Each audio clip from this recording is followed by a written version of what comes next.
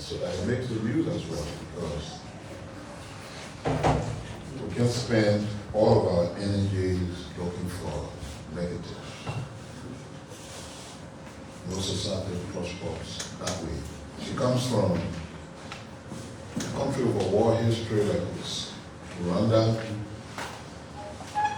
the atrocities were even deeper. I'm sure as journalists you know the story of how in about 90 days, over 500,000 persons were slaughtered. It's a great story about the genocide. But now there's a positive side of it. Our country is making serious progress, is making strides. She's from there, she's here, she's seeing through the different lenses. She's written something that I can say I want to elevate here. We like the governance environment we have, if you look back, an auditor will come and audit a government entity. The draft audit report is available. And some of the people who may have been found culpable will have some insight about the audit report. And they will make some efforts to direct. And if those efforts can work, then people are forced out of this benefit. That's why we have the story about auditors being killed, many of whom were our friends. Matthew Innes, Gifty, Peters, our own friend Baton Yeswa. A long list of people whose deaths were suspicious, they remain suspicious today. But in the current era, it doesn't matter, you do your work. If you look up here, the guest we have here today is the head of the Office of the Ombudsman. It should be the documentation the other day. Perhaps we talk about it and more, but in that documentation, he did come down strong on the Minister of Foreign Affairs, and on my own Deputy Minister, Daniel Sabo. No threat, nobody knocking, nobody forcing me. We bring here, you see now the same platform with Daniel Sabo. That's what governance should be. Because there wasn't question of it. He has a piece of job to do and he's doing his job. Give him the space to do what he's supposed to do. Then the country gets better. The president said in his wisdom to take a day out to pray. Some of us wake up in the morning, the tea we drink is negativity. In the afternoon, we drink negativity. In the night, we drink negativity. So even things that are associated with God, we look for a way to make it negative. We were busy posting pictures that our worship center was empty. That's not an issue that's supposed to concern you. If you go pray to God, you pray God, and you run around to show that, oh, Ever Baptist Church empty, the other place empty.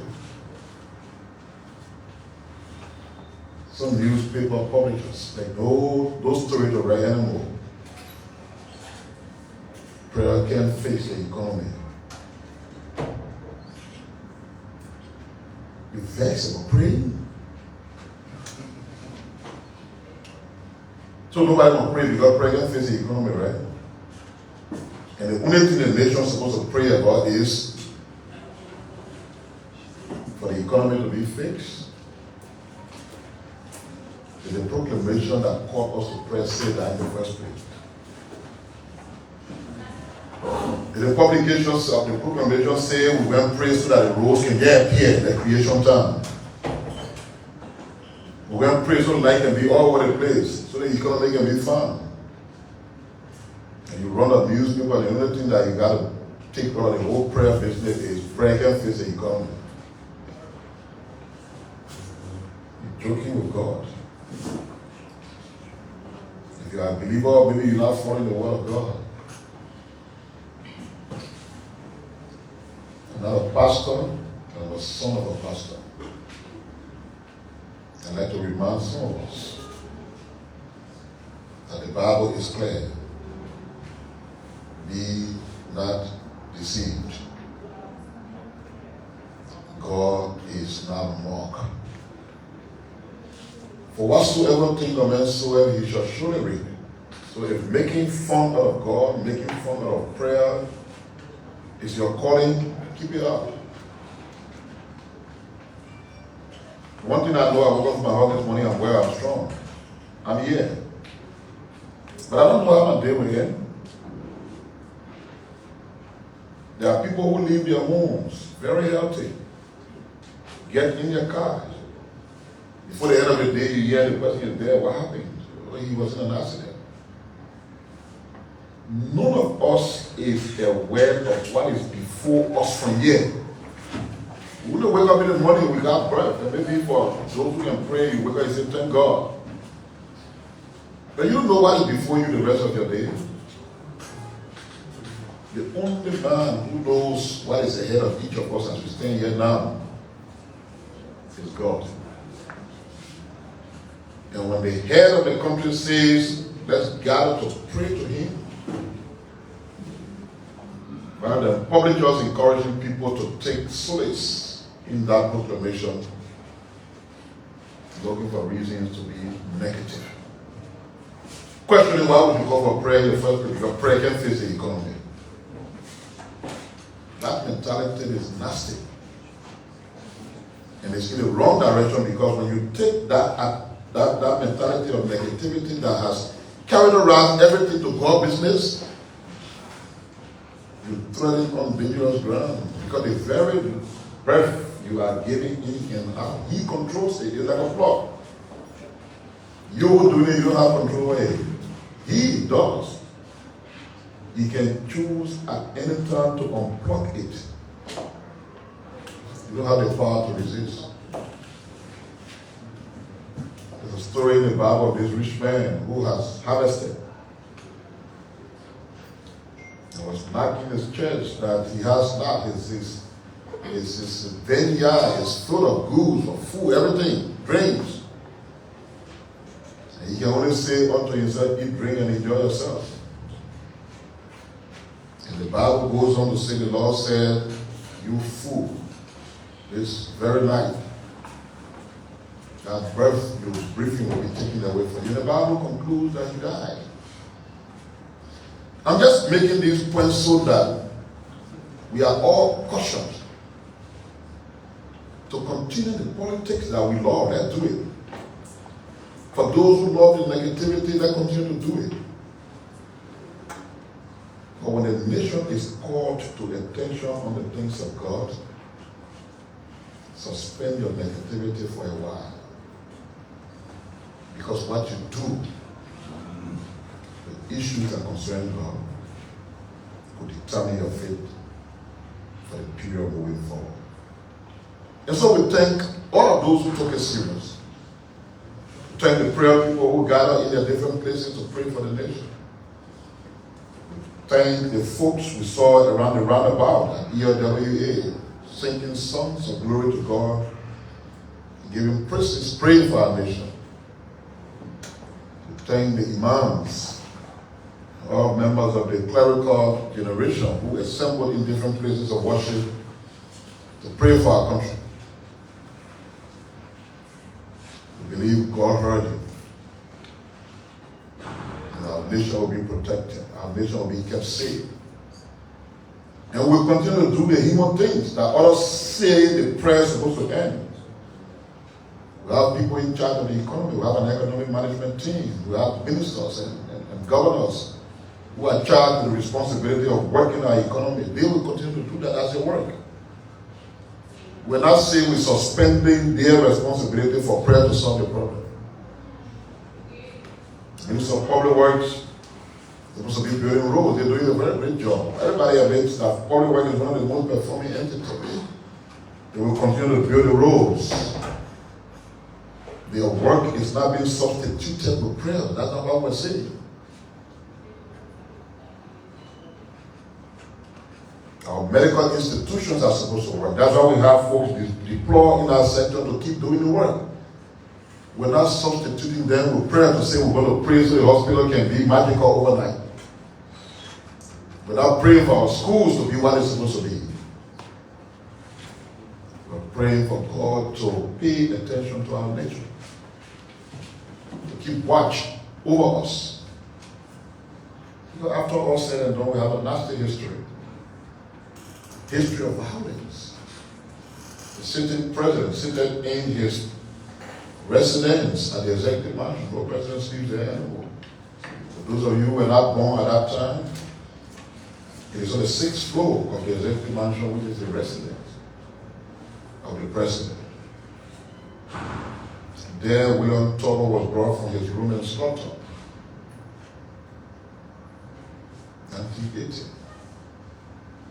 Who attempted in 1985 led to raids and massive death. There's a war, 250,000. So we got reasons to call for prayers. If you are a journalist, a political actor, or whoever you are, who don't see it that way, rather than keep quiet, you try to vilify the effort of a nation to pray, beware. So let me read the publication from Christine Tony, and then Daniel Sando will continue with the rest of the talking points before we call the esteemed gentleman in custody of Finley Kangar. She said, when I arrived in Liberia in February of 2023, the country was preparing for general elections. These are always pivotal moments in a nation healing from the scars of civil war, which Liberia experienced twice, from 1989 to 1987, and from 1999 to 2003. Elections are more than political milestones. They are tests of the nation's enduring commitment to peace. What followed later that year was remarkable. A peaceful democratic vote and a dignified transfer of power from former President George Weah to now President Joseph Boakai. In doing so, Liberia reminded the world, and perhaps itself, that it continues to choose peace over conflict and dialogue over division.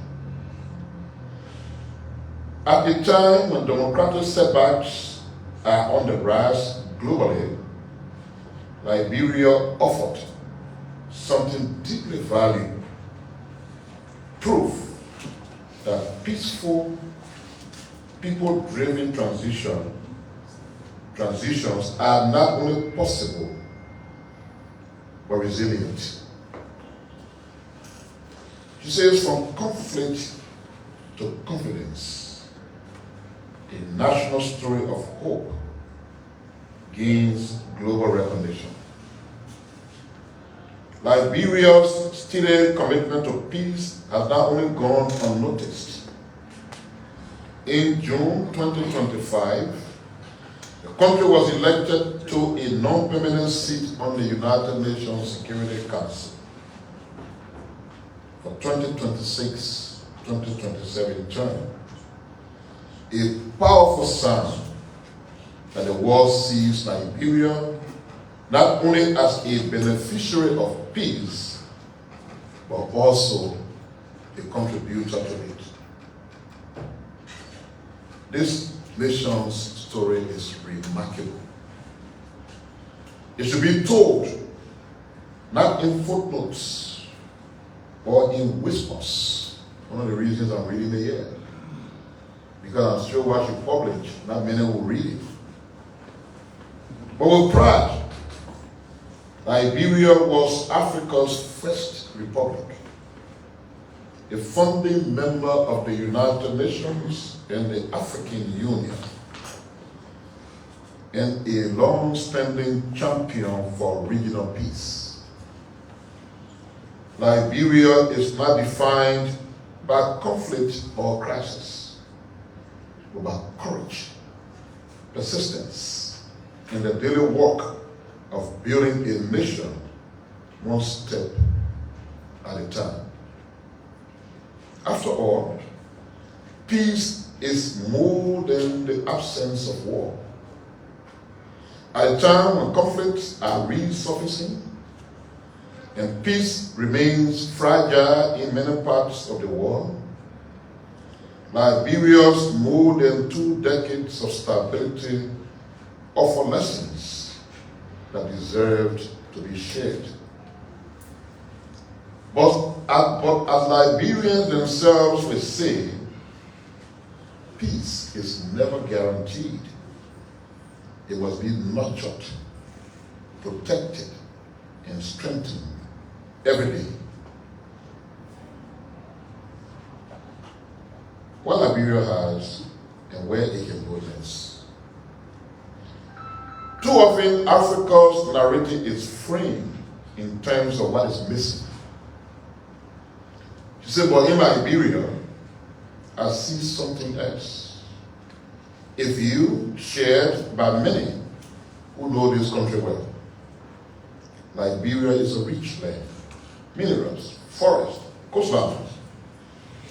It is a young nation with more than 70% of its population under the age of 35, and a society beginning with leaders, entrepreneurs, and change makers where women make up a majority.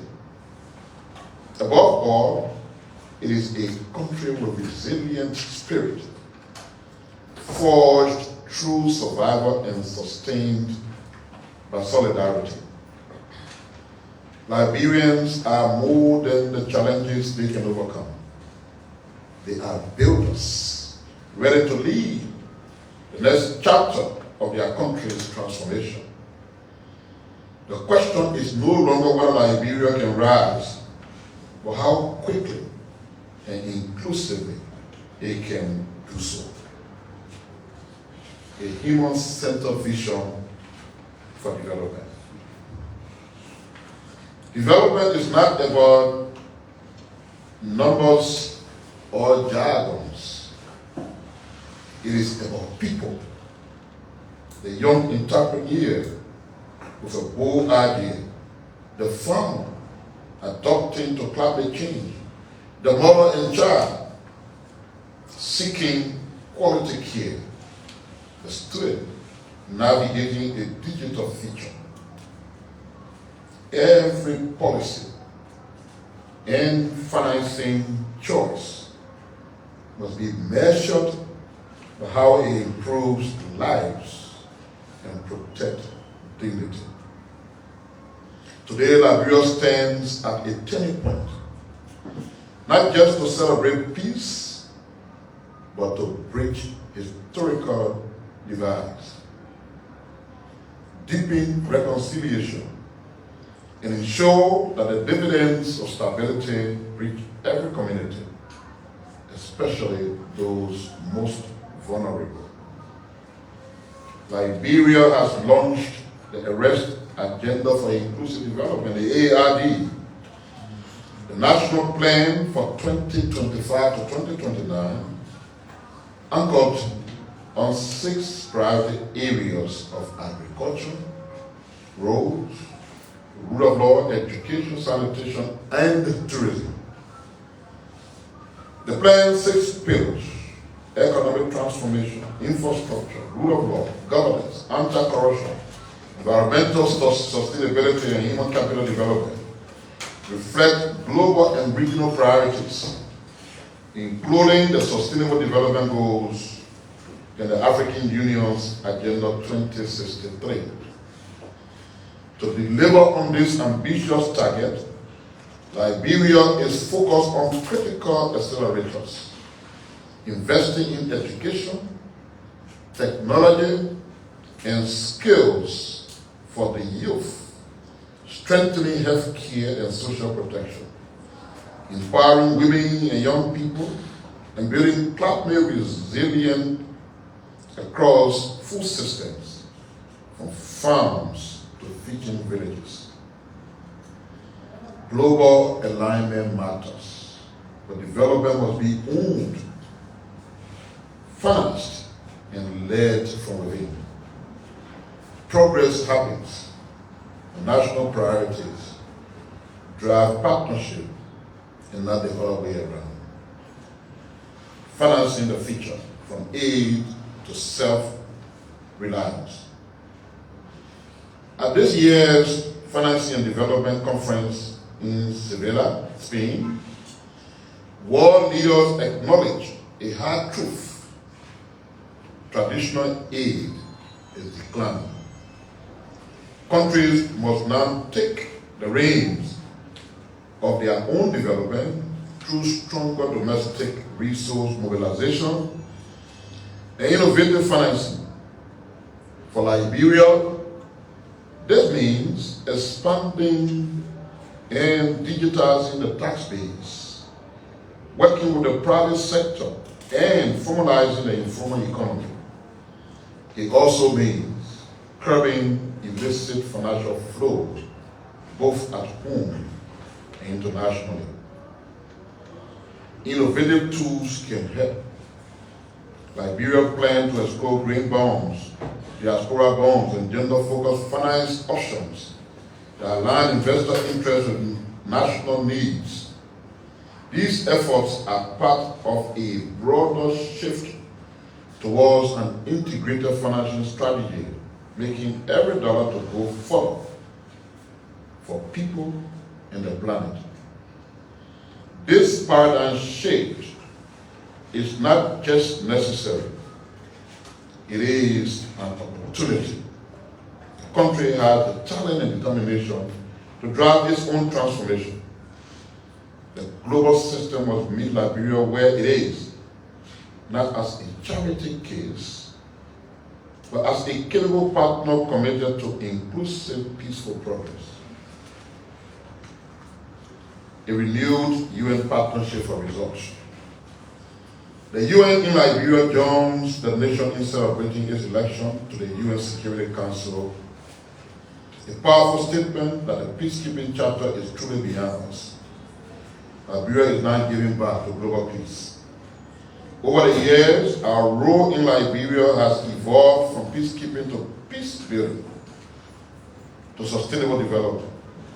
Today, the United Nations country team, composed of specialized UN agencies, funds, and programs, works hand in hand with the government of Liberia, civil society, and the private sector, and partners to support the national vision. Our next chapter is the new UN cooperation framework, which runs from 2026 to 2030, fully aligned with the AARD and focused on 3 of the pillars: economic transformation, rule of law, and human capital development. Our approach is rooted in local priorities. It is about turning national goals into results that matter for communities, ensuring that no one is left behind. And she concludes by making a case of believing in Liberia's future. She says, yes, challenges remain. Diversifying the economy, eradicating poverty, strengthening institutions, and closing development gaps. But Liberia is not defined by its obstacles. It is defined by its resilience, progress, and the determination of its people to keep moving forward. Now is the time to turn peace into lasting prosperity, to let democratic values drive inclusive growth, and to show that Liberia can be a beacon of what is possible when a nation invests in its people and believes in its own potential. Together, in genuine partnership, the United Nations in Liberia will continue contributing to the country's story of dignity, resilience, and inclusive development. God bless Liberia and a happy 178th Independence Anniversary. This message was written by the UN Resident Coordinator in Liberia, Christine Omotuli. She wanted us to play some role in elevating it because it's a message she wants to go far. And I thought using our platform, the government's communication platform, to elevate it with voice, and not just sharing the leaflets with you, was a critical responsibility on my part as the chief communicator of the government. Thank you for listening. Mr. Samuel, let's run to the other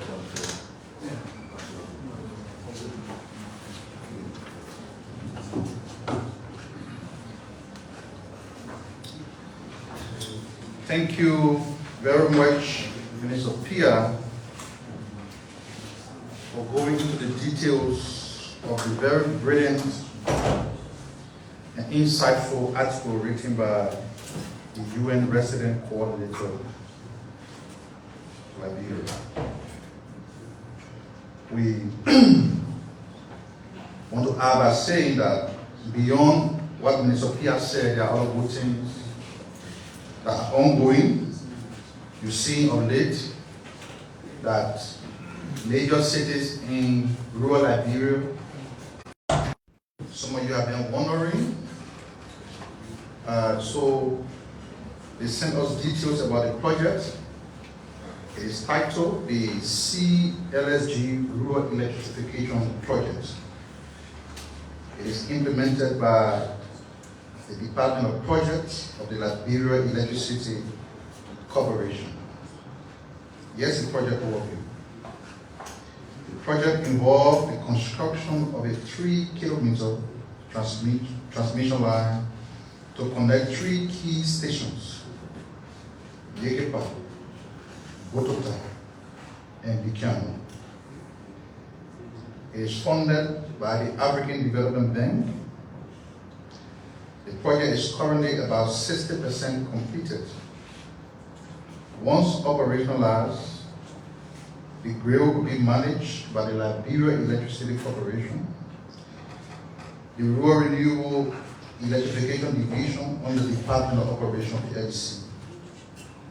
Here are the areas that will benefit. Riverside County, 20 towns are expected to be connected. An initial 3,000 customers are expected to receive electricity. 848 street lights will be planted. Grand Bassa County, 31 towns are expected to be connected with an initial estimate of 4,500 customers to gain access to electricity. 836 street lights will be installed. One county, 30 towns are expected to be connected. An initial estimate of 4,000 customers will be connected to the grid. 800 street lights will be installed. The project is not going to stop there, it's going to extend to other parts of rural Liberia because in keeping with the promise by the President, the goal is to increase access to electricity by 2030.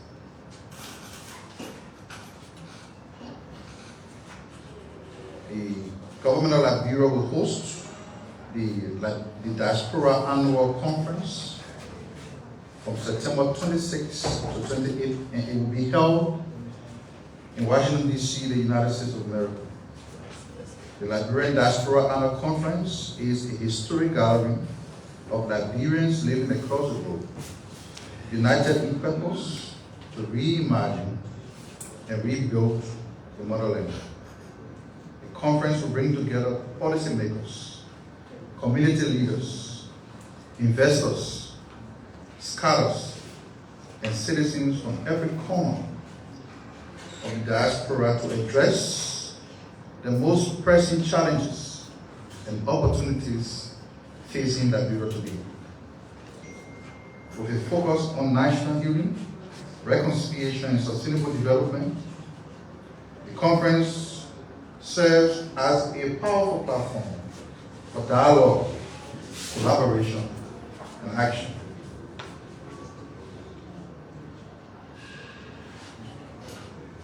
The Liberia Petroleum Refining Corporation is doing extremely well. The LPRC is doing extremely well. And we see of late, they're being made use for good reasons. Of course, there are others who are interested in always criticizing if the good things happen.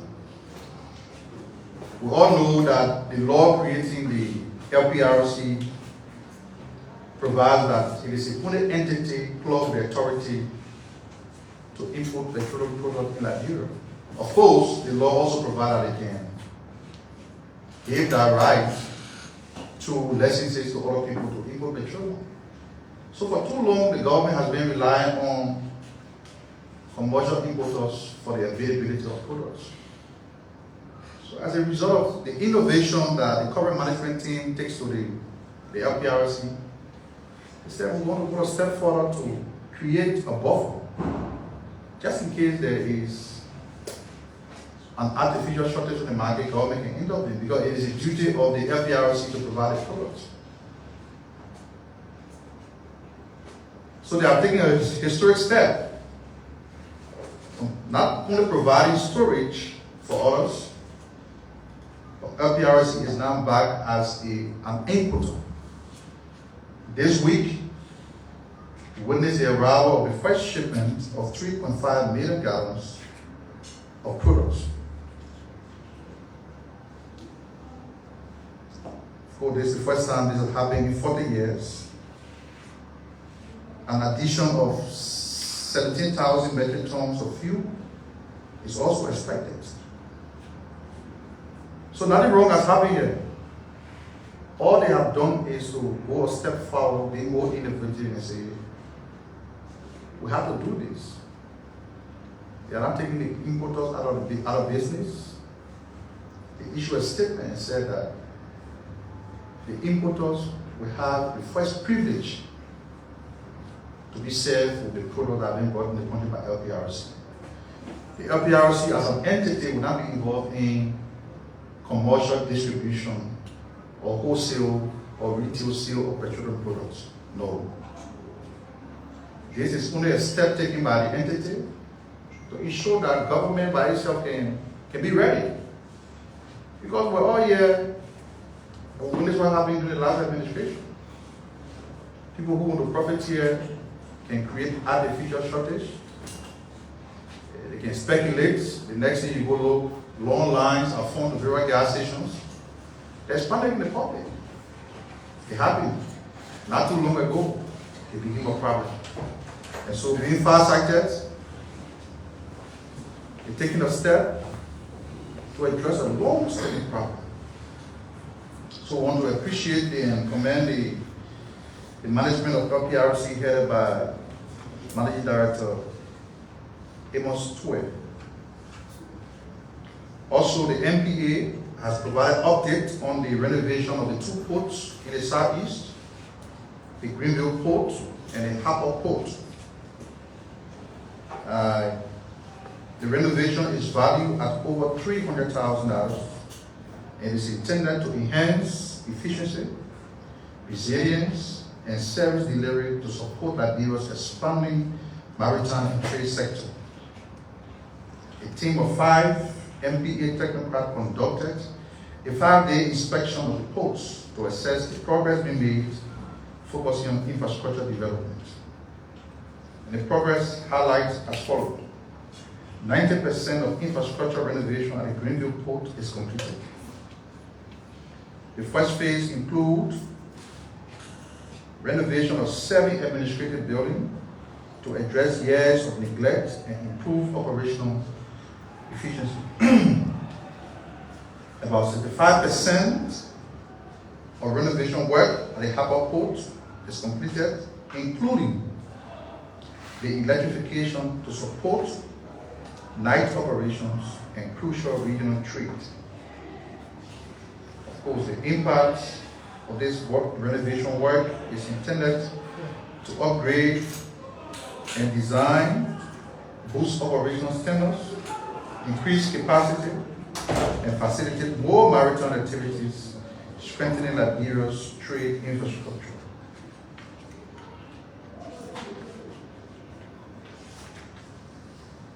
Lastly, before I invite the Ombudsman to the podium, the Ministry of Education announces National Call for Qualified Educators. National Call for Qualified Educators and staffs for Liberia's new model schools in Bong and Nima counties. The Ministry of Education is pleased to announce a nationwide recruitment process for qualified, committed, and passionate professionals to serve in the newly conducted model schools in Bong and Nima County.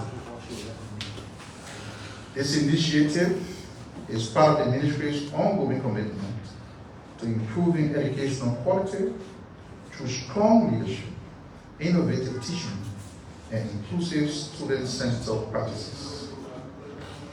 Available positions are administrative roles of the principal, vice principal for administration, vice principal for instruction, vice principal for student affairs, registrar, academic position. Subject instructors are needed in the following disciplines: mathematics, English, biology, physics, chemistry, economics, history, geography, civics, agriculture, computer science, religious education, laboratory demonstrators, support staff, and others. The Ministry announced that all applications will undergo a transparent, merit-based process. Final selection will be made by the Department of Instruction and approved by the Honorable Minister of Education, Dr. Dasu Malijala. As we said, we will now pause and invite Mr. Kangar to the podium. Then he will speak. We'll take a few questions from the press. Mr. Kangar.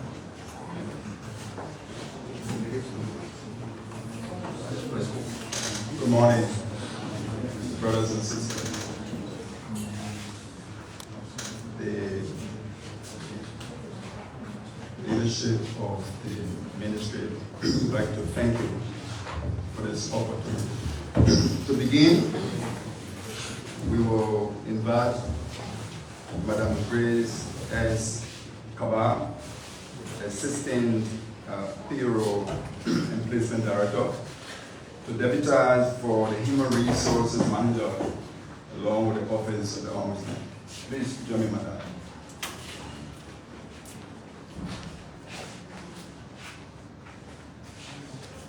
Thank you. So you're being called here pursuant to Section 12, subsection A, B, and C of the Code of Conduct to assist me to perform this function. Under the code, you are to assist once the ombudsman has requested. We will now call on the minister, who's not here. So, David, along with the Honorable Senator, to just join us on the right. Yes, please. Okay, Minister. So, Mr. Minister, you are welcome. Please join us up here as we perform this ceremony. Yes, yes, on my right. It is provided under the Code of Conduct that public servant, be it officials of government or employees of government, should be awarded appropriately pursuant to Section 18 of the Code of Conduct. I've called on the minister, along with his senior staff and our CSA junior staff representative here, to appreciate this hall. The lighting in this facility has improved, so is the seating. The furniture are well selected. We believe that the action of the minister, along with his deputies and employees of the ministry, was accommodation. And we think his action to letting this hall is not limited to the hall, but also the facility. As we drove into the building, we realized the Liberian flag being posted in locations that beautify this place, and that enable us to remember that our flags means a lot to us as a nation state. Hence, I award the minister, along with his deputy and all employees of the ministry, for serving as a reasonable civil servant.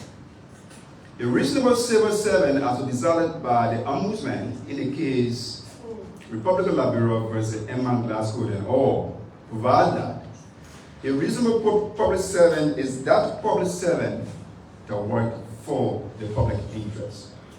What we find here, the beautification of this hall, is within the public interest.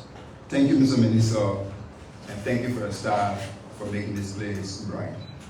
I now order the human resource representative here to accordingly draft for me a certificate of award to your ministry that will be signed by the Office of the Ombudsman and is to be used by this ministry in the interest of the public service. Thank you very much, Minister.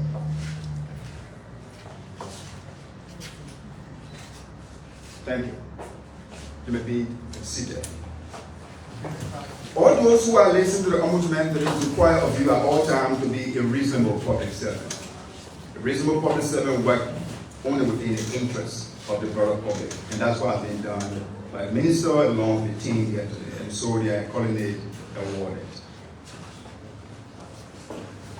Now that being said, we would like to bring the attention of the public to the issue of asset declaration. Asset declaration is a key requirement of our law. It requires that all those within the three branches of government will declare the asset. And the law requires that once you assume office, within 30 days or thereof, you should declare your asset. Despite that law, there are individuals within the three branches of government that are actually non-compliant with the asset declaration regime that is being implemented by the Liberia Anti-Corruption Commission and being monitored by the Office of the Ombudsman. We find today that there are 29 representatives that are yet to declare the asset. Because of that failure to declare the asset, we are accordingly rating the Speaker of the House of Representatives to have the representative suspended pending the declaration of the asset. And while they are suspended, their salary should be used for the public interest. We are hoping that the legislature will comply with the law because it is required that all public officials are to be in obedience to the law, like section 4.1 of the Code of Conduct means. At all times, public officials they are to abide by all laws, regulations, and norms of this country. Despite of that law, representatives have failed to declare the asset as required by law. Hence, those representative names were currently submitted to the Speaker, and we expect the Speaker to comply by the ruling of the Office of the Ombudsman. Aside from members of the House of Representatives, there are senators that are yet to comply with the asset declaration. Like the representative, the Ombudsman, have accordingly written the Senate pro tem to ensure that the 12 senators who are yet to declare the asset as at July 4th will be accordingly sanctioned by the college to have them suspended until their asset will be declared. Because it is the upper house of our country, we name senators that are yet to comply as at July 4th of the asset declaration. The Honorable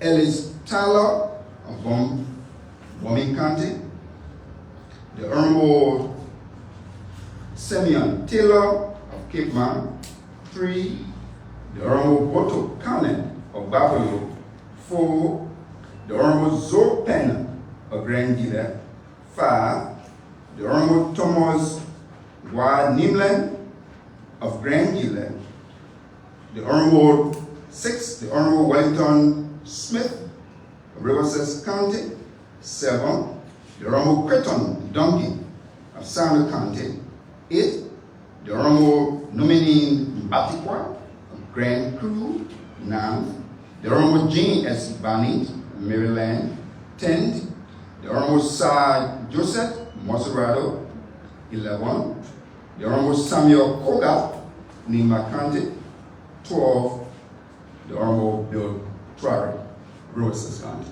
These senators are non-compliant with the asset declaration regime, and they have been accordingly recommended for suspension to the Honorable Pro Tem. In conformity with the law, we anticipate that the Pro Tem, along with senators that are in compliance, will comply with the Code of Conduct.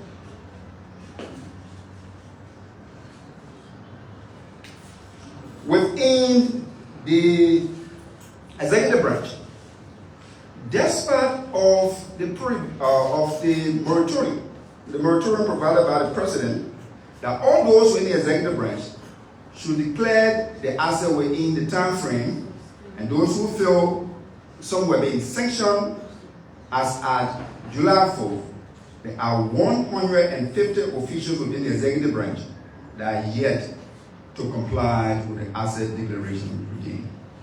The Office of Ombudsman has accordingly communicated with the President to have those who are within the executive branch and are yet to comply with the asset declaration to accordingly comply in conformity with the President's directive and the law.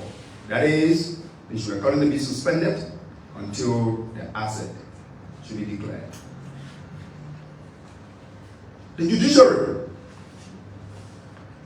as at July 4th, the judiciary has complied almost in total. Notwithstanding, there are four public officials within the judiciary that are yet to comply with the asset declaration regime. Those who are yet to comply within the judiciary are as follows. Her Honor Shannon G. Yo, Chief Justice, retired legally. His Honor Yusuf D. Kabad, Associate Justice of the Honorable Supreme Court. 3, Her Honor James Etta H. Wolcoli, Associate Justice of the Honorable Supreme Court, and Her Honor Shannon D. Clinton Johnson, Associate Justice of the Supreme Court. These 4 justices that were just named have failed and have refused to comply with the asset declaration regime. The Office of the Ombudsman has a candidate rating the Chief Justice, the Honorable Yamin Okwe Besset, to comply, to have these justices comply with the Code of Conduct by having these justices recommended for suspension pending the declaration of their asset, and they are accordingly fined for 1 month salary deduction for their willful disregard for the law. We would like to report to you a couple of investigations that are being conducted along with the monitoring report recently. In a matter involving Mr. Yankwed Juma Sanders at the Cllr, the Center for Agricultural Research Institute, versus the management of Cllr, in the Code of Conduct violation complaint. The Honorable Yankwed has complained to the Office of the Ombudsman for the failure of the management of Cllr to provide him tools as required under the Code of Conduct. Cllr management failed to provide him tools to include computer, pens, and other equipment to enable him to perform his work as a scientist.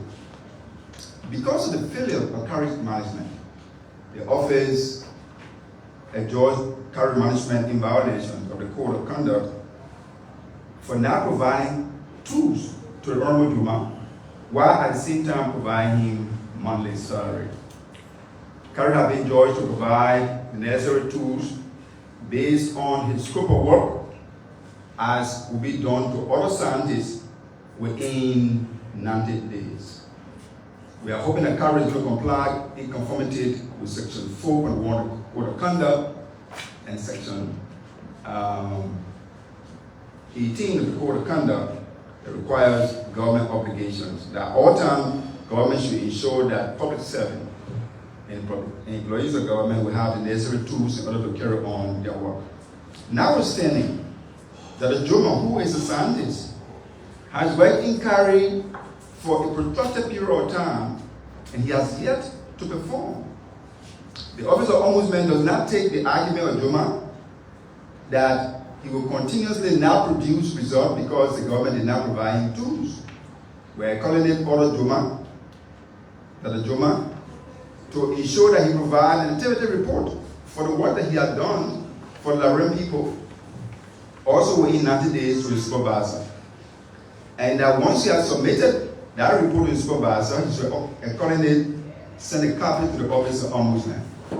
Failure for Juma to comply with this will leave the Ombudsman with no alternative but to recommend his dismissal from the public service. The Ombudsman advised all other government officials and employees of government that are similarly situated. You have got to be creative and innovative to ensure that once you are employed to a position, you have to be functional.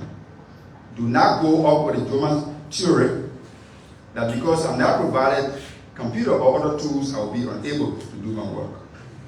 If you so feel strongly that in the absence of all of that, you cannot work, it's appropriate for you to resign.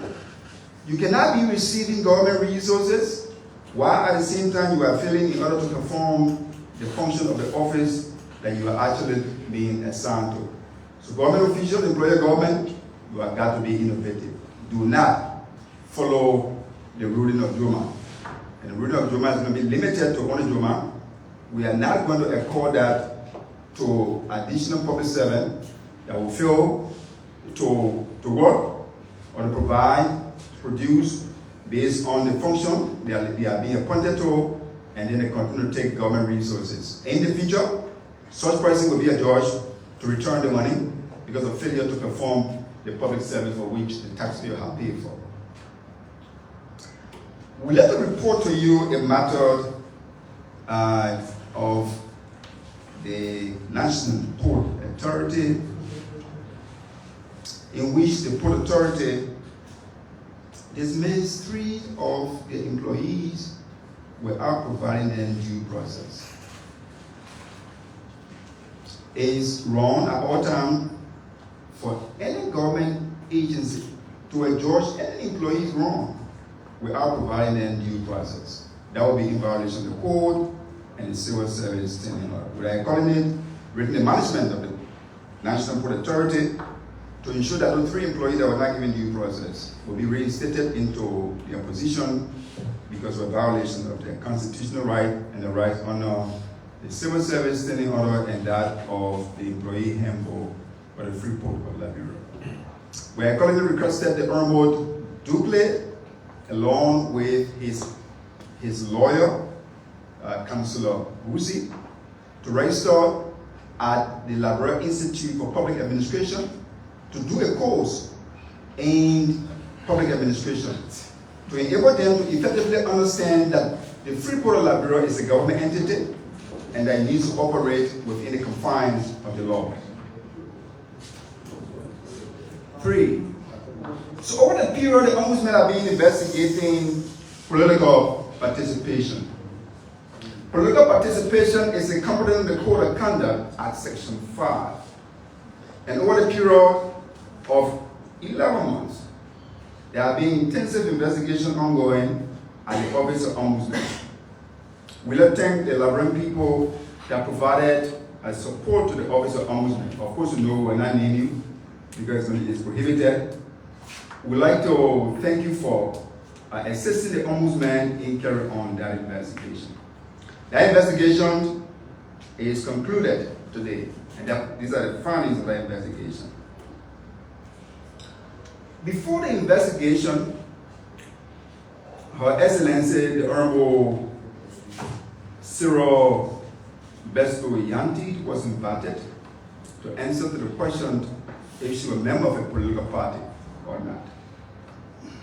The Honorable Besto Yanti appeared before the Office of Ombudsman and indicated that she has since resigned her position within her political party in order to work within the public interest.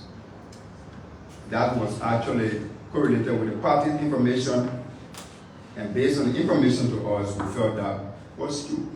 Notwithstanding, the Honorable Besto personalized government service when she asked the Honorable Jenny who is a public servant, a public official, to represent her before the Office of the Ombudsman. Because she personalized government service, meaning Jenny would have been working at the time, she actually told him to come and represent her. The Honorable Besto is fined $500 to be paid within the general government revenue account at the central bank or as will be directed by the Liberia Revenue Authority. Documents are being communicated to her, and that she will be requested to pay the fine upon receipt of the document within 72 hours.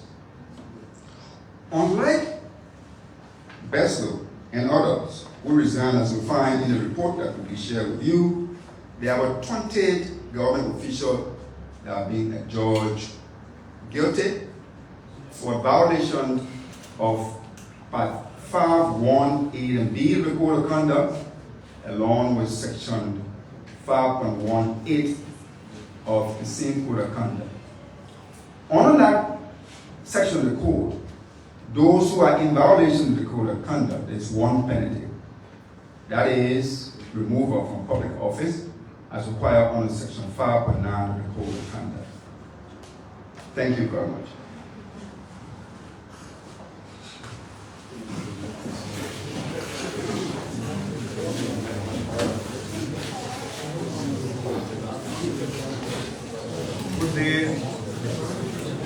With the announcement from the Office of the Ombudsman. We will now take a couple of questions from the press. Pamela, please make sure the questions are taken accordingly and